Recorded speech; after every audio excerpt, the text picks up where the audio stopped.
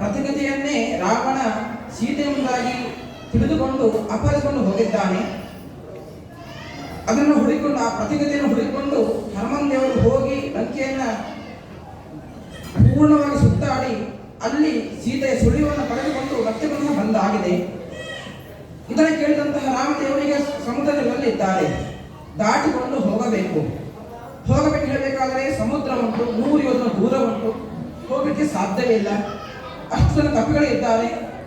ಹನುಮನ್ ದೇವರು ರಾಮದೇವರನ್ನ ಲಕ್ಷ್ಮಣನ ಕರೆದುಕೊಂಡು ಹಾರಿಕೊಂಡು ಹೋಗಬಹುದು. ಇಬ್ಬರೇ 3 ಸಾಕಾಗ್ತದೆ ಆ ರಾವಣ ಸಂಹಾರ ಮಾಡಲಿಕ್ಕೆ. ಹಾಗಿದ್ದರೂ ಕೂಡ ರಾಮದೇವರನ್ನು ನಂಬಿಕೊಂಡು ಬಂದವರು ತುಂಬ ಜನ ಇದ್ದಾರೆ. ಲೆಕ್ಕ ಸಿಗದಷ್ಟು ಕಪಿಗಳ ಸೈನ್ಯ ಹಿಂದೆ ಉಂಟು.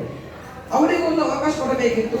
ಅವರಿಗೂ ಕೂಡ ವಿಶೇಷವಾಗಿ ರಾಮದೇವರು ಅವತಾರ ಮಾಡಿಕೊಡ್ತಾರೆ ಎಂಬ ಕಾರಣಕ್ಕೋಸ್ಕರ ಸಾಕ್ಷಾತ್ ದೇವತೆಗಳೇ ಆ ಕಪಿರೂಪದಲ್ಲಿ ಬಂದಿರುವಂತ. ಹಣ್ಣನ್ನು ಪಡೆಯಲಿಕ್ಕೆ ಸಾಧ್ಯ ಇಲ್ಲ, ನಾವು ಕಾಯ್ಬೇಕು.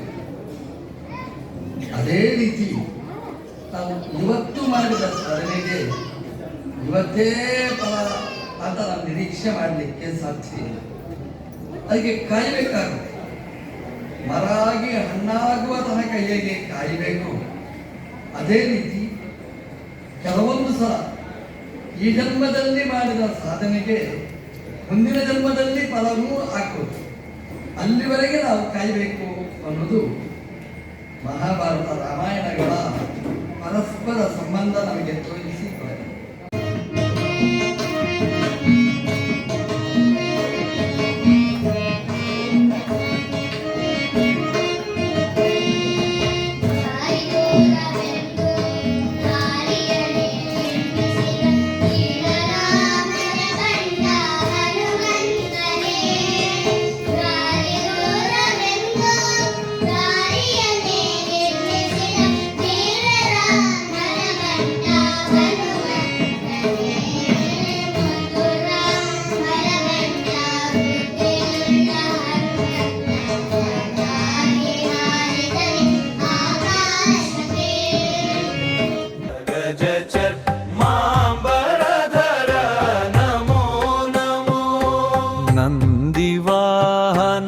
ನಂದಿವಾಹನಾನಂದದಿಂದ ಮೂಜಗದಿ ಮೆರರೆ ನೀನೇನೆ, ಅಂದು ಅಮೃತ ಘಟದಿಂದು ದಿಸಿದ ವಿಷ ತಂದು ಭುಜಿಸಿದವ ನೀನೇ.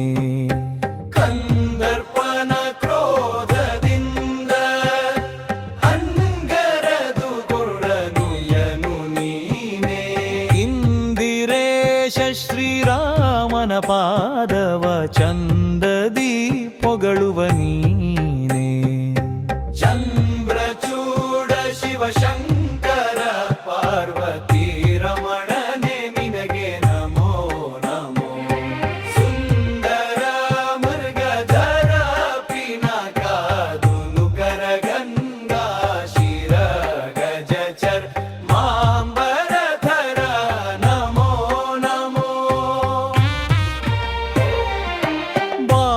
ಬಾಲಮರ್ಕಂಡ ಜನ ಕಾಲನು ಎಳೆವಾಗ ಪಾಲಿಸಿದವ ನೀನೆ, ವಾಲಯದಿ ಕಪಾಲ ಪಿಡಿದು ಭಿಕ್ಷೆ ಬೇಡೋ ದಿಗಂಬರ ನೀನೆ. ಕಾಲಕೂಟವ ಪಾನ ಮಾಡಿದ ನೀಲಕಂಠನು ನೀನೆ, ಜಾಲ ಮಾಡಿದ ಗೋಪಾಲನೆಂಬ ಹೆಣ್ಣಿಗೆ ಮರುಳಾದವ ನೀನೆ. ಚಂದ್ರಚೂಡ ಶಿವಶಂಕರ ಪಾರ್ವತಿ ರಮಣನೆ ನಿನಗೆ ನಮೋ ನಮೋ. ಸುಂದರ ಮೃಗಜರಾತಿನ ಕನನು ಕರ ಗಂಗಾ ಶಿರ ಗಜಚರ್ ಮಾಂಬರಧರ ನಮೋ ನಮೋ. ಧರೆಗೆ ದಕ್ಷಿಣ ಕಾವೇರಿ ತೀರ ಕುಂಭಪುರವಾಸನು ನೀನೆ, ಕೊರಳೋಳು ಭಸ್ಮರುದ್ರಾಕ್ಷಿಯ ಧರಿಸಿದ ಪರಮ ವೈಷ್ಣವ ನೀನೆ. ಕರದಲ್ಲಿ ವೀಣೆಯ ನುಡಿಸುವ ನಮ್ಮ ಉರಗ ಭೂಷಣನು ನೀನೆ.